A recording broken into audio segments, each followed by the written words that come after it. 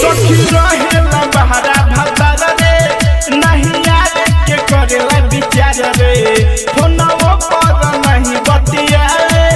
बड़ी रहन लागेला बेकार रे नहीं करेला हमरा से प्यार रे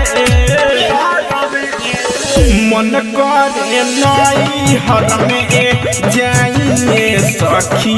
है यारवा करता तो जहरे हाँ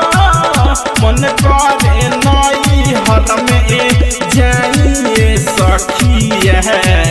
यारवा करता तो जहरे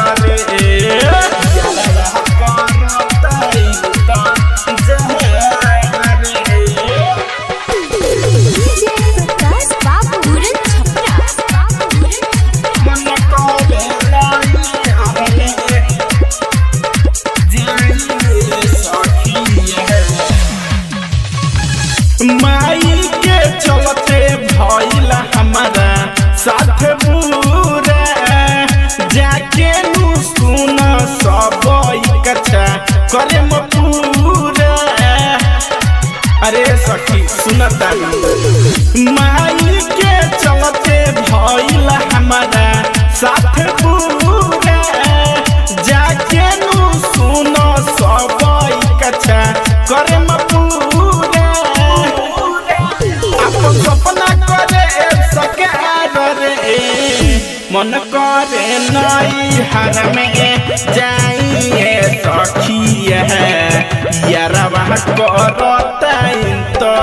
जहरे हो मन करे नई हर में जाइए सखी है यारवा करता तो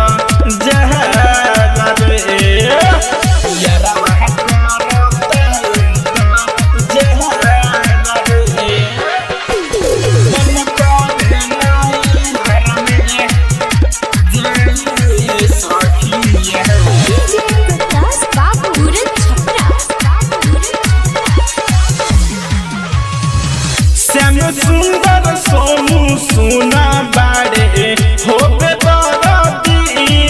हम तो अपन अब कहब मन मरदी ए सखी मानेगा नहीं श्याम सुंदर सैया सुन बाड़े हो बेदरदी हम तो अब अपन कहब मन मरदी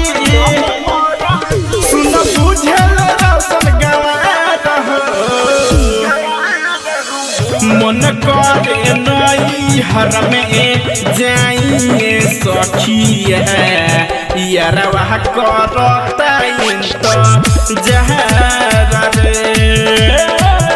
मन करे नई हर में जाइए सखी है यारवा करता तो जहरे। घनश्याम रिकॉर्डिंग स्टूडियो चंपापुर कोरिया।